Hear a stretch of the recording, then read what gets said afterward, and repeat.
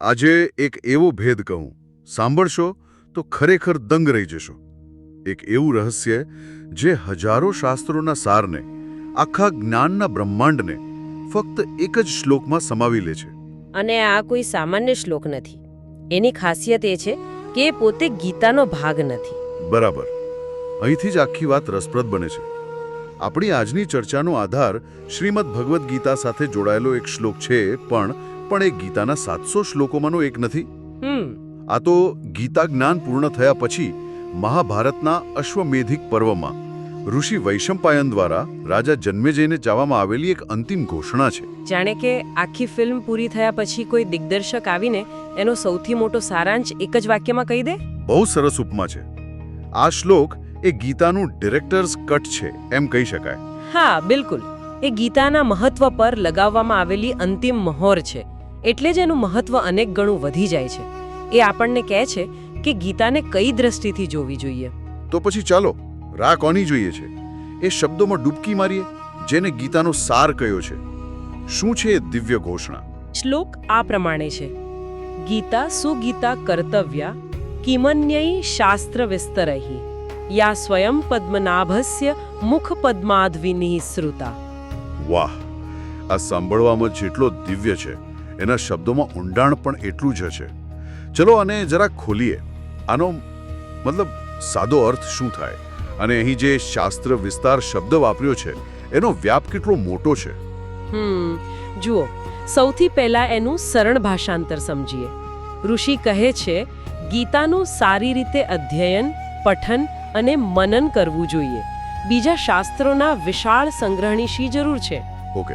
કારણ કે ગીતા તો સ્વયં ભગવાન પદ્મનાભના મુખ કમળમાંથી પ્રગટ થયેલી છે. એટલે એક સ્પષ્ટ નિર્દેશ છે, ગીતા પર ધ્યાન કેન્દ્રિત કરો, કારણ કે તે સર્વોચ્ચ છે. પણ જ્યારે ઋષિ કહે છે કે બીજા શાસ્ત્રોના વિશાળ સંગ્રહની શી જરૂર છે, ત્યારે તેઓ કયા શાસ્ત્રોની વાત કરી રહ્યા છે? આ શાસ્ત્ર વિસ્તાર એટલે કેટલું વિશાળ? આ પ્રશ્ન જ આ શ્લોકની ગંભીરતા સમજાવે છે. જો આપણે શાસ્ત્ર વિસ્તારનો વ્યાપ નહીં સમજીએ તો ગીતાની શ્રેષ્ઠતાનો ખરો અંદાજ નહીં આવે. ચાલો એક ઝલક જોઈએ. સૌથી પહેલા આવે છે 4 વેદ: ઋગ્વેદ, યજુર્વેદ. હા, ઋગ્વેદ, યજુર્વેદ, સામવેદ અને અથર્વવેદ. આ સનાતન જ્ઞાનનો મૂળ આધાર સ્તંભ છે. અને દરેક વેદના પણ પોતાના ભાગો છે, બરાબર ને? હા, ચોક્કસ. દરેક વેદના 4 મુખ્ય ભાગો છે: સંહિતા, જેમાં મંત્રો છે; બ્રાહ્મણ, જેમાં યજ્ઞ અને કર્મકાંડની વિધિઓ; આરણ્યક, જે વનમાં રહીને કરવાના ગૂઢ ચિંતન વિશે છે; અને ઉપનિષદ, જેને વેદાંત પણ કહેવાય છે, જે જ્ઞાન અને તત્વજ્ઞાનનો શિખર છે. બરાબર. પણ આ તો માત્ર શરૂઆત છે. માત્ર શરૂઆત? હા, આ પછી આવે છે 18 મહાપુરાણ અને 18 ઉપપુરાણ. પુરાણો એટલે શું? તે વેદોના જ્ઞાનને કથાઓ અને ઉદાહરણો દ્વારા સામાન્ય માણસ સુધી પહોંચાડવાનું માધ્યમ છે. જેમ કે શ્રીમદ ભાગવતમ, શિવપુરાણ. બિલકુલ. અને એની સાથે છે 6 દર્શન શાસ્ત્રો: સાંખ્ય, યોગ, ન્યાય, વૈશેષિક, મીમાંસા અને વેદાંત. આ તો એટલે વેદ મૂળભૂત જ્ઞાન છે, પુરાણ એનું કથા સ્વરૂપ છે, અને દર્શન એનું બૌદ્ધિક વિશ્લેષણ. આ બધાના લાખો શ્લોકોનો સમૂહ મળીને શાસ્ત્ર વિસ્તાર બને છે. અરે બાપરે! આ તો જ્ઞાનનો એવો મહાસાગર છે કે જેમાં કોઈ સામાન્ય માણસ ક્યાંથી શરૂઆત કરે એ જ ન સમજાય. કદાચ આજના સમયની ઇન્ફોર્મેશન ઓવરલોડ જેવી જ સ્થિતિ. તમે એકદમ સાચી જગ્યાએ પહોંચ્યા. આટલા મોટા જ્ઞાનના ભંડાર સામે ઊભેલો મનુષ્ય મૂંઝવણમાં પડી શકે છે. અને ઋષિ વૈશંપાયન એ જ મૂંઝવણને દૂર કરવા માટે આપણને સૌને એક માસ્ટર કી આપી રહ્યા છે. અને એ માસ્ટર કી એટલે ગીતા. હા, તેઓ ઘોષણા કરે છે કે આ બધા જ્ઞાનના મહાસાગર સામે ગીતા પર્યાપ્ત છે. એટલું જ નહીં, શ્રેષ્ઠ છે. આ તો બહુ જ મોટું અને હિંમતભર્યું નિવેદન કહેવાય. વેદો, પુરાણો, ઉપનિષદો આ બધા કરતાં ગીતાને શ્રેષ્ઠ કહેવી, આ પાછળ કોઈ બહુ ઊંડું કારણ હોવું જોઈએ, જે મને એક નવા પ્રશ્ન પર લઈ જાય છે. આ બધા શાસ્ત્રો બનાવ્યા કોણે? આ જ્ઞાનના મહાસાગરનું ઉદ્ગમ સ્થાન કયું? અને અહીંથી જ આ શ્લોકનું અસલી રહસ્ય ખુલવાનું શરૂ થાય છે. શાસ્ત્રો અનુસાર આ બધા જ જ્ઞાનનું પ્રાગટ્ય બ્રહ્માજીમાંથી થયું છે. વેદો તેમના 4 મુખમાંથી પ્રગટ થયા અને પછી ઋષિ મુનિઓએ એ જ્ઞાનને વિસ્તાર્યું. એટલે કે શાસ્ત્રોના મૂળમાં બ્રહ્માજી છે. પણ એક મિનિટ, શ્લોકમાં તો બ્રહ્મા શબ્દનો ઉલ્લેખ નથી. ત્યાં તો એક વિશિષ્ટ નામ છે, પદ્મનાભ. તમે હમણાં જ કહ્યું કે બધા શાસ્ત્રો બ્રહ્મામાંથી આવ્યા, અને પદ્મ એટલે કમળ, અને શ્લોકમાં શબ્દ છે પદ્મનાભ. શું આ બંને વચ્ચે કોઈ સીધું જોડાણ છે? આ માત્ર સંયોગ તો ન હોઈ શકે. બિલકુલ સંયોગ નથી. તમે રહસ્યની ચાવી પકડી લીધી છે. ઋષિએ કૃષ્ણ, ગોવિંદ કે ભગવાન જેવા શબ્દો કેમ ન વાપર્યા અને ખાસ પદ્મનાભ શબ્દ જ કેમ પસંદ કર્યો? એ જ આ શ્લોકનું હૃદય છે. એટલે અસલી પ્રશ્ન એ છે કે શાસ્ત્રોના સ્ત્રોત એવા બ્રહ્માજી પોતે ક્યાંથી પ્રગટ થયા? બરાબર, એ જ મુખ્ય વાત છે. અને એનો જવાબ પદ્મનાભ શબ્દમાં છુપાયેલો છે. પદ્મનાભ એટલે જેની નાભીમાંથી પદ્મ એટલે કે કમળ પ્રગટ થાય છે. બિલકુલ. અને એ કોણ છે? ભગવાન વિષ્ણુ. પણ આને માત્ર શાબ્દિક રીતે ન સમજીએ. ચાલો એનું એક ચિત્ર મનમાં બનાવીએ. કલ્પના કરો, સૃષ્ટિ પહેલાના કારણ સાગરનું અંતરિક્ષ જેવું નીલું, શાંત અને અનંત જળ. એ જળ પર શેષ નાગની શૈયા પથરાયેલી છે અને તેના પર પરમ પુરુષ ભગવાન વિષ્ણુ યોગ નિદ્રામાં લીન છે. અને તેમની નાભીમાંથી એક દિવ્ય સુવર્ણ કમળની દાંડી ધીમે ધીમે ઉપર આવી રહી છે. વાહ, આ દૃશ્ય તો આંખ સામે જીવંત થઈ ગયું. અને એના પર 1000 પાંખડીઓવાળું કમળ ખીલી રહ્યું છે. અને એ જ દિવ્ય કમળ પર સૃષ્ટિના રચયિતા ચતુર્મુખી બ્રહ્માજી પ્રગટ થયા. ઓકે, હવે આખી શૃંખલા સ્પષ્ટ થાય છે. એકદમ સ્પષ્ટ. પદ્મનાભ એટલે કે વિષ્ણુ, એમની નાભીમાંથી કમળ, કમળ પર બ્રહ્માજી, અને બ્રહ્માજીમાંથી વેદ અને સમગ્ર શાસ્ત્ર વિસ્તાર. આ તો આખી વાતનો દૃષ્ટિકોણ જ બદલી નાખે છે. હવે ઋષિ વૈશંપાયનની ઘોષણાનો સાચો અર્થ સમજો. તેઓ કહી રહ્યા છે, હે જન્મેજય, તું જે ગીતાને બીજા શાસ્ત્રો જેવો એક ગ્રંથ માને છે તે ભૂલ ન કર. અચ્છા, ગીતા એ કોઈ શાસ્ત્રની વ્યાખ્યા કે સારાંશ નથી. ગીતા તો એ શાસ્ત્રોના જે પિતા છે, જે દાદા છે, જે મૂળ સ્ત્રોત છે, એ સાક્ષાત પદ્મનાભની પોતાની વાણી છે. આ સમજ તો ગીતા પ્રત્યેનો આખો અભિગમ જ બદલી નાખે છે. એનો અર્થ એ થયો કે બીજા બધા શાસ્ત્રો ઈશ્વર વિશે છે, જ્યારે ગીતા સ્વયં ઈશ્વર દ્વારા છે. બરાબર. એ જ્ઞાનની શાખાઓ નથી, પણ જ્ઞાનનું મૂળ જ છે. પણ અહીં મારો એક બીજો તાર્કિક પ્રશ્ન છે. વિષ્ણુના તો અનેક નામો અને સ્વરૂપો છે, જેમ કે ચતુર્ભુજ, ક્ષીરોદક્ષાયી. તો ઋષિએ આટલા બધા નામોમાંથી ફક્ત પદ્મનાભ જ કેમ પસંદ કર્યું? ખૂબ જ ઊંડો અને સુંદર પ્રશ્ન છે. કારણ કે દરેક નામ પાછળ ભગવાનનું એક વિશિષ્ટ કાર્ય અને ભાવ જોડાયેલો છે. જો આપણે એ સમજી લઈશું તો પદ્મનાભ શબ્દની પસંદગી પાછળની ચોકસાઈ જોઈને આશ્ચર્યચકિત થઈ જઈશું. જેમ કે ચતુર્ભુજ સ્વરૂપ? હા, જેમાં તેઓ શંખ, ચક્ર, ગદા અને પદ્મ ધારણ કરે છે.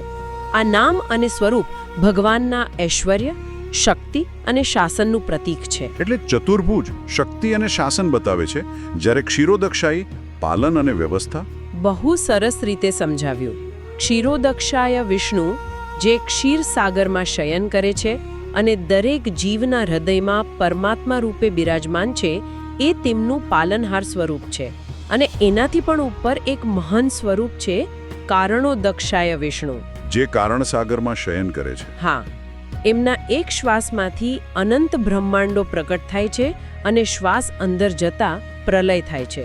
આ સૃષ્ટિના શું કહેવાય મેક્રો ક્રિએટરનું સૂચક છે. તો પછી પદ્મનાભ આ બધાથી કઈ રીતે વિશિષ્ટ છે? કારણોદક્ષાય વિષ્ણુ અનંત બ્રહ્માંડોનું સર્જન કરે છે, પણ પછી દરેક બ્રહ્માંડની અંદર જે પ્રવેશીને તેના આંતરિક સર્જનનું કારણ બને છે તે છે ગર્ભોદક્ષાય વિષ્ણુ, જેમને આપણે પદ્મનાભ તરીકે ઓળખીએ છીએ. આ એકમાત્ર એવું નામ અને સ્વરૂપ છે જે સીધું એક બ્રહ્માંડની અંદરના સર્જન અને જ્ઞાનના પ્રાગટ્ય સાથે જોડાયેલું છે. હવે આખી વાત સ્પષ્ટ થઈ. ઋષિ અહીંયા શાસ્ત્રોના ઉદ્ગમની વાત કરી રહ્યા છે, એટલે તેમણે ભગવાનનું એવું નામ પસંદ કર્યું જે સીધું જ જ્ઞાનના સર્જન સાથે જોડાયેલું હોય. એકદમ સાચું. જો તેમને ચતુર્ભુજ લખ્યું હોત તો તે ગીતાને શક્તિ અને શાસન સાથે જોડત. બિલકુલ. અહીં ભાવ છે શાસ્ત્રોના મૂળ તરફ સંકેત કરવાનો. એટલે પદ્મનાભ શબ્દ અહીં માત્ર એક નામ નથી, પણ એક દૈવી દિશા સૂચક છે, એક જીપીએસ છે જે આપણને સીધા જ્ઞાનના ઉદ્ગમ સ્થાન પર લઈ જાય છે. અદ્ભુત. એક શબ્દની પસંદગી પાછળ આટલું ઊંડાણ અને ચોકસાઈ. પણ હું શ્લોક પર ફરીથી ધ્યાન આપું તો ત્યાં હજી એક સૂક્ષ્મ શબ્દ છે જેણે મારું ધ્યાન ખેંચ્યું છે. કયું શબ્દ? શ્લોકમાં માત્ર મુખ નથી લખ્યું, મુખ પદ્મ લખ્યું છે, એટલે કે મુખરૂપી કમળ. શું આ પદ્મ શબ્દના પુનરાવર્તનમાં પણ કોઈ સંકેત છુપાયેલો છે? ચોક્કસપણે. અહીં ઋષિ એક દિવ્ય સંબંધોની શૃંખલા રચી રહ્યા છે. પદ્મ એટલે કે કમળનો વારંવાર ઉપયોગ એક અત્યંત સુંદર અને ગહન સામ્યતા દર્શાવવા માટે થયો છે. એ કઈ રીતે? આ શૃંખલાને જરા વિસ્તારથી સમજાવો. જુઓ, સૌથી પહેલું અને મુખ્ય કમળ કયું? નાભી કમળ. બરાબર. જેમાંથી બ્રહ્માજી પ્રગટ થયા અને બ્રહ્માજીએ આપણને વેદોનું જ્ઞાન આપ્યું. એટલે જ્ઞાનનો પ્રવાહ નાભી કમળમાંથી શરૂ થયો. ઓકે, એ પહેલી કડી છે. હવે બીજી કડી જુઓ. શાસ્ત્રોમાં વર્ણન છે કે ભગવાનના ચરણ કમળના અંગૂઠાના નખમાંથી પવિત્ર ગંગાજી પ્રગટ થયા. હા, સાંભળ્યું છે. ગંગાજી શું આપે છે?